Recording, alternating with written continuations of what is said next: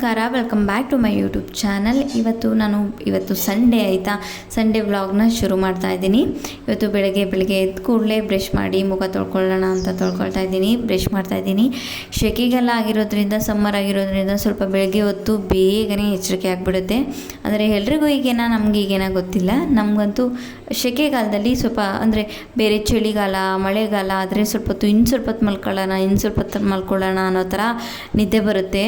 ಅಷ್ಟು ಚೆನ್ನಾಗಿ ನಿದ್ದೆನೂ ಕೂಡ ಬರುತ್ತೆ, ಮಲ್ಕೊಳ್ಳೋಣ ಅನ್ನೋ ಫೀಲ್ ಕೂಡ ಆಗುತ್ತೆ. ಬಟ್ ಆದರೆ ಸೆಕೆಗಾಲದಲ್ಲಿ ಎಷ್ಟು ಬೇಗ ಎದ್ದೇಳೋಣ ಅನ್ನೋ ಥರ ಅನಿಸುತ್ತೆ. ಸೊ ಎಚ್ಚರಿಕೆ ಕೂಡ ಆಗಿಬಿಡುತ್ತೆ. ಅದಾದಮೇಲೆ ಮುಖ ಎಲ್ಲ ವಾಶ್ ಮಾಡಿಕೊಂಡು, ನನಗೊಂದು ಅಭ್ಯಾಸ ಇದೆ, ಅಂದರೆ ಒಳ್ಳೆ ಅಭ್ಯಾಸನೇ ಅಂತ ಅಂದ್ಕೊಳ್ತೀನಿ. ನನಗೆ ವಾಶ್ ಮಾಡಿರೋ ಮುಖ ವಾಶ್ ಮಾಡ್ಕೊಳ್ಳೋಕ್ಕೆ, ಅಂದರೆ ಮುಖ ತೊಳೆದಾದ್ಮೇಲೆ ಮುಖನ ಒರೆಸ್ಕೊಳ್ಳೋಕ್ಕೆ ನನ್ನ ಬಟ್ಟೆಗಳೇ ಆಗಿರಬೇಕು ನನಗೆ. ಅಂದರೆ ವಾಶ್ ಮಾಡಿ ಇಟ್ಟಿರ್ತಾರಲ್ಲ ಟೀ ಶರ್ಟ್ಗಳು, ಈ ಥರ ನನ್ನದೇ ಬಟ್ಟೆಗಳು ವಾಶ್ ಮಾಡಿ ಇಟ್ಟಿರುವಂಥದ್ದು. ಸೊ ಇದೇ ಬೇಕು ನನಗೆ. ನಾನು ಟವಲಲ್ಲಿ ಅದರಲ್ಲೆಲ್ಲ ನನ್ನ ಮುಖ ವಾಶ್ ಮಾಡಲ್ಲ, ಅಭ್ಯಾಸ ಮಾಡ್ಕೊಂಡ್ಬಿಟ್ಟಿದ್ದೀನಿ ಅದನ್ನೇ. ಸೊ ರೆಗ್ಯುಲರಾಗಿ ಒಂದೊಂದರಲ್ಲಿ ಒರೆಸ್ಕೊಳ್ತಾ ಇರ್ತೀನಿ. ಸೊ ಅದಾದಮೇಲೆ ರೆಗ್ಯುಲರಾಗಿ ನಮ್ಮ ಮನೆ ಹತ್ರ ಜಾಸ್ತಿ ಹೂವಿನ ಗಿಡಗಳು ಹಾಕಿದ್ದೀವಿ ಅಲ್ವಾ, ಜಾಸ್ತಿ ದಾಸವಾಳ ಹೂವು ಎಲ್ಲ ಬಿಡ್ತಾನೆ ಇರುತ್ತೆ. ಸೊ ಹಾಗಾಗಿ ಡೈಲಿ ನಾವು ರೆಗ್ಯುಲರಾಗಿ ಪೂಜೆನ, ಅಂದರೆ ಪೂಜೆ ಅನ್ನೋದಕ್ಕಿಂತ ಹೂಗಳನ್ನ ಇಟ್ಟು ಪೂಜೆನ ಮಾಡ್ತೀವಿ.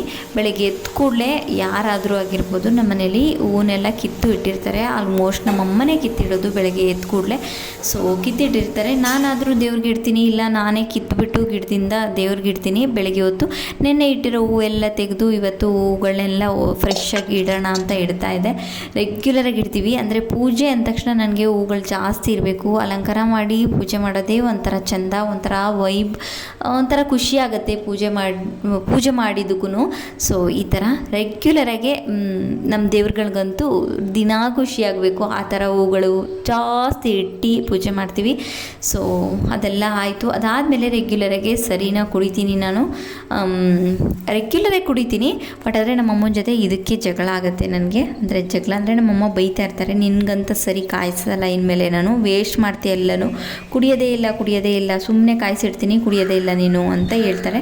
ಸೊ ಆದರೆ ನಾನು ಕುಡಿದಂಗೇನೂ ಇರಲ್ಲ. ಒಂದೊಂದ್ಸತಿ ಸ್ವಲ್ಪ ಬೆಳಗ್ಗೆ ಎದ್ದೇಳೋದು ಆಚೆ ಈಚೆ ಆಗುತ್ತೆ, ಲೇಟ್ ಗೀಟ್ ಆದರೆ ನಾನು ಮರ್ತು ಬಿಡ್ತೀನಿ, ಸ್ಕಿಪ್ ಮಾಡಿಬಿಡ್ತೀನಿ. ಬೆಳಗ್ಗೆ ಎದ್ದು ಕೂಡಲೇ ಅಂದರೆ ಲೇಟ್ ಆಗಿರುತ್ತೆ ಅಲ್ವಾ, ಬೇರೆ ಕೆಲಸ ಮಾಡಿಕೊಂಡು ಊಟದ ಟೈಮ್ ಆಗಿರುತ್ತೆ, ಊಟ ಮಾಡೋಕ್ಕೆ ಅಂತ ಊಟ ಮಾಡಿಬಿಡ್ತೀನಿ. ಸೊ ಈ ಥರ ಆಗಿ ಒಂದೊಂದ್ಸರಿ ಸ್ಕಿಪ್ ಆಗಿಬಿಡುತ್ತೆ.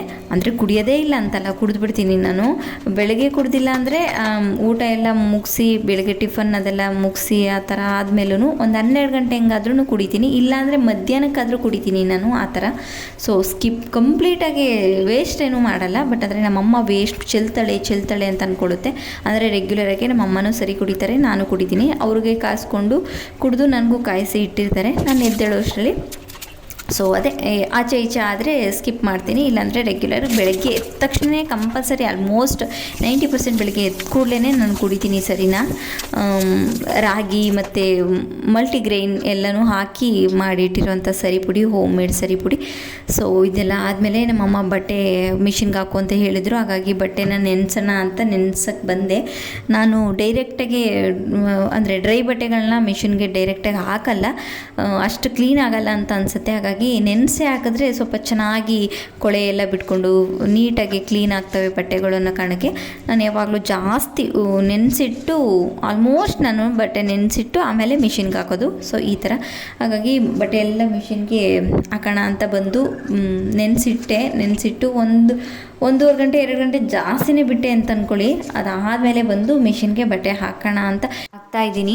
ಈ ಮಿಷಿನ್ ನೋಡಿದಾಗ ನೆನಪಾಯಿತು ನನಗೆ, ಈ ಥರ ಏನಾದರೂ ಮಿಷಿನ್ನು, ಫ್ರಿಡ್ಜು ಏನಾದರೂ ರಿಪೇರ್ ಬಂದಾಗ ನಾವು ರಿಪೇರ್ ಮಾಡ್ಸೋಕ್ಕೆ ಸರ್ವಿಸ್ ಅವ್ರಿಗೆ ಕಾಲ್ ಮಾಡ್ತೀವಲ್ಲ, ಒಟ್ಟು 420ಗಳಿರ್ತಾರೆ. ಅಂದರೆ ತುಂಬ ಯಾಮಾರಿಸ್ತಾರೆ.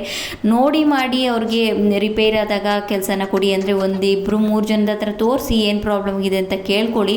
ಅಂದರೆ ಅದು ಇರೋದೇ ಒಂದು ಪ್ರಾಬ್ಲಮ್ ಆಗಿರುತ್ತೆ, ಅವ್ರು ತೋರಿಸೋದೇ ಒಂದು ಪ್ರಾಬ್ಲಮ್ಮು. ತುಂಬಾ ದುಡ್ಡು ಕಿತ್ಕೊಳ್ತಾರೆ.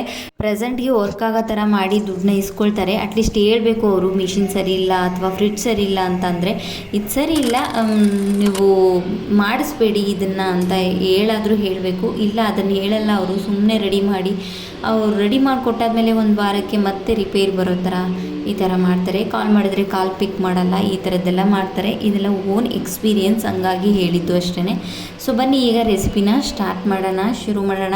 ಶುಂಠಿ, ಬೆಳ್ಳುಳ್ಳಿ, ಹಸಿಮೆಣ್ಸಿನ್ಕಾಯಿ, ಟೊಮೊಟೊ, ಕೊತ್ತಂಬರಿ, ಹಾಗೆ ಪುದೀನ, ಹಾಗೆ ಈರುಳ್ಳಿನೂ ಕೂಡ ಕಟ್ ಮಾಡಿ ಇಟ್ಕೊಂಡಿರೋದು. ಈಗ ಸ್ಪೈಸಸ್ ಅಂತ ಬಂದರೆ ನಾರ್ಮಲ್ ಏನಿರುತ್ತೆ, ಚಕ್ರ ಮೊಗ್ಗು, ಮರಾಠಿ ಮೊಗ್ಗು, ಪಲಾವ್ ಎಲೆ, ಸೋಂಪು, ಕಸ್ತೂರಿ ಮೇಥಿ, ಇದೆಲ್ಲ ಏನಿರುತ್ತೆ ಅದನ್ನೆಲ್ಲ ತೊಗೊಂಡಿರೋದು. ಜೊತೆಗೆ ಮೆಣಸು, ಲವಂಗ. ಈಗ ನೋಡ್ತಾ ಇರ್ಬೋದು ರುಬ್ಕೊಳ್ಳೋಕ್ಕೆ ಏನೇನೆಲ್ಲ ಹಾಕ್ಕೊಳ್ತಿದ್ದೀನಿ ಅಂತಂದರೆ ಕೊತ್ತಂಬರಿ ಸೊಪ್ಪು, ಪುದೀನ ಸೊಪ್ಪು ಸ್ವಲ್ಪ ಜಾಸ್ತಿ, ಕೊತ್ತಂಬರಿ ಸೊಪ್ಪು ಕೂಡ ಸ್ವಲ್ಪ ಜಾಸ್ತಿ, ಹಾಗೆ ಶುಂಠಿ, ಬೆಳ್ಳುಳ್ಳಿ, ಹಸಿಮೆಣಸಿನ್ಕಾಯಿ, ಜೊತೆಗೆ ಮೆಣಸು, ಲವಂಗ, ಜೊತೆಗೆ ಟೊಮೊಟೊನೂ ಕೂಡ ಸ್ವಲ್ಪ ಹಾಕ್ಕೊಂಡಿದ್ದೀನಿ.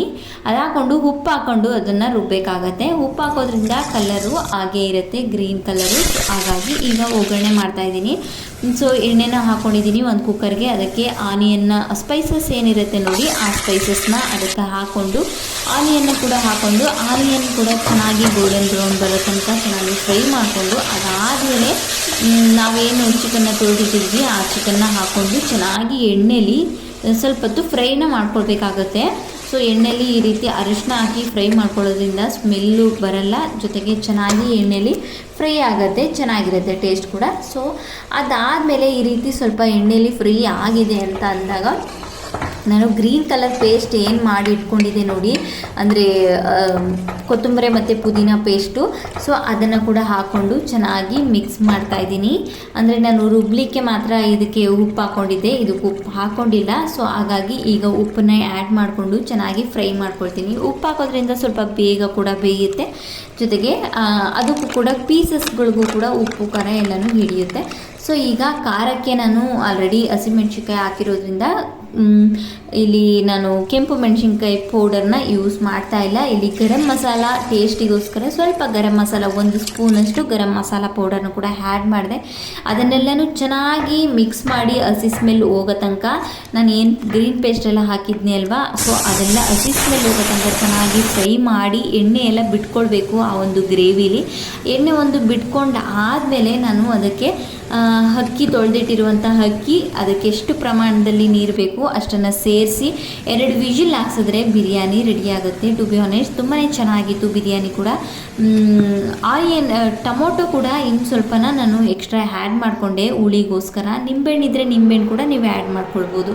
ಸೊ ಈಗ ಚಿಕನ್ ಫ್ರೈ ರೆಸಿಪಿನ ಶೇರ್ ಮಾಡ್ತಾ ಇದ್ದೀನಿ, ನೋಡ್ತಾ ಇರ್ಬೋದು. ಕೊತ್ತಂಬರಿ, ಪುದೀನ, ಹಾಗೆ ಶುಂಠಿ, ಬೆಳ್ಳುಳ್ಳಿ, ಒಂದು ಹಸಿಮೆಣಸಿನ್ಕಾಯಿ, ಆನಿಯನ್ನು, ಟೊಮೊಟೊ, ಕಾಯಿ ತುರಿ ಇಷ್ಟನ್ನು ರೆಡಿ ಮಾಡಿ ಇಟ್ಕೊಂಡಿದ್ದೀನಿ. ಈಗ ಜಾರ್ಗೆ ಕೊತ್ತಂಬರಿ ಸೊಪ್ಪು, ಶುಂಠಿ, ಹಾಗೆ ಬೆಳ್ಳುಳ್ಳಿ, ಹಾಗೆ ಪುದೀನ ಸೊಪ್ಪು, ಕಾಯಿ, ತೆಂಗಿನಕಾಯಿ ಏನು ತುರಿದಿಟ್ಟಿದ್ದೆ ನೋಡಿ ಅದನ್ನು ಕೂಡ ಹಾಕ್ಕೊಂಡು, ಲವಂಗ, ಒಂದು 4 ಲವಂಗ, ಒಂದು 6ರಿಂದ 7 ಮೆಣಸು ಕೂಡ ಹಾಕ್ಕೊಂಡಿದ್ದೀನಿ. ಜೊತೆಗೆ ಸ್ವಲ್ಪ ಟೊಮೊಟೊ ಕೂಡ ಆ್ಯಡ್ ಮಾಡಿಕೊಂಡೆ, ಸ್ವಲ್ಪ ಈರುಳ್ಳಿ ಕೂಡ ಆ್ಯಡ್ ಮಾಡಿಕೊಂಡೆ. ಸ್ವಲ್ಪ ಅಂದರೆ ಒಂದು 4-5 ಪೀಸಷ್ಟು ಈರುಳ್ಳಿನ ಆ್ಯಡ್ ಮಾಡಿಕೊಂಡೆ. ಜೊತೆಗೆ ಗಸಗಸೆ ಕೂಡ ಹಾಕ್ಕೊಂಡು ಅದನ್ನು ಚೆನ್ನಾಗಿ ಮಿಕ್ಸಿ ಮಾಡಿಕೊಂಡೆ, ಪೇಸ್ಟ್ ಮಾಡಿಕೊಂಡೆ.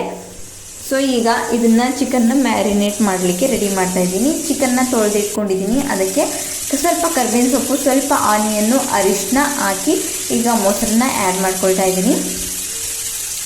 ಮೊಸರನ್ನ ಆ್ಯಡ್ ಮಾಡೋದ್ರಿಂದ ಚಿಕನ್ ಚೆನ್ನಾಗಿ ಟೇಸ್ಟ್ ಬರುತ್ತೆ, ಅದರಲ್ಲೂ ಮ್ಯಾರಿನೇಟ್ ಮಾಡಲಿಕ್ಕೆ ಹಾಕೋದ್ರಿಂದ ಚೆನ್ನಾಗಿ ಟೇಸ್ಟ್ ಬರುತ್ತೆ. ಸೊ ಈಗ ಗರಂ ಮಸಾಲ ಕೂಡ 1 ಸ್ಪೂನಷ್ಟು, ದೊಡ್ಡ ಸ್ಪೂನಲ್ಲಿ 1 ಸ್ಪೂನಷ್ಟು ಗರಂ ಮಸಾಲಾನ ಹಾಕ್ಕೊಂಡು ಎಲ್ಲನೂ ಚೆನ್ನಾಗಿ ಚಿಕನ್ನೆಲ್ಲ ಚೆನ್ನಾಗಿ ಕಲಸಿ ಮ್ಯಾರಿನೇಟ್ ಆಗೋಕ್ಕೆ ಬಿಡ್ತಾಯಿದ್ದೀನಿ. ಈಗ ಒಂದು ಬಾಣಲೆ ತೊಗೊಂಡಿದ್ದೀನಿ. ಬಾಣಲೆಗೆ ಒಗ್ಗರಣೆಗೆ ಎಣ್ಣೆ ಹಾಕ್ಕೊಂಡು, ಆನಿಯನ್ ಹಾಕ್ಕೊಂಡು, ಒಂದೇ ಕಟ್ ಮಾಡಿರುವಂಥ ಹಸಿಮೆಣಸಿನಕಾಯಿ ಕೂಡ ಹಾಕ್ಕೊಂಡು, ಸ್ವಲ್ಪ ಕರ್ಬೇವಿನ ಸೊಪ್ಪು ಹಾಕ್ಕೊಂಡು ಈಗ ಚೆನ್ನಾಗಿ ಒಗ್ಗರಣೆ ಮಾಡ್ತಾಯಿದ್ದೀನಿ. ಒಗ್ಗರಣೆಗೆ ನಾನಿಲ್ಲಿ ಒಂದು ಚಕ್ಕೆ ಪೀಸ್ ಕೂಡ ಹಾಕ್ಕೊಂಡಿದ್ದೀನಿ.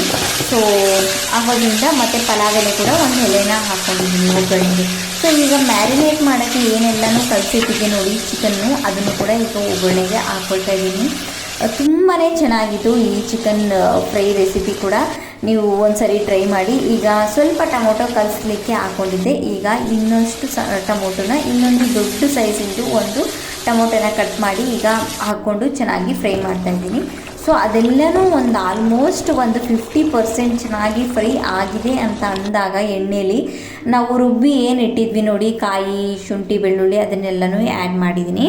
ರುಚಿಗೆ ತಕ್ಕಷ್ಟು ಉಪ್ಪು ಹಾಕ್ಕೊಂಡು ಚೆನ್ನಾಗಿ ಫ್ರೈ ಮಾಡಿದ್ರೆ chicken fry ready. Thank you for watching this video. Love you all. ಮತ್ತೊಂದು ಹೊಸ ವಿಡಿಯೋ ಜೊತೆ ಸಿಗೋಣ.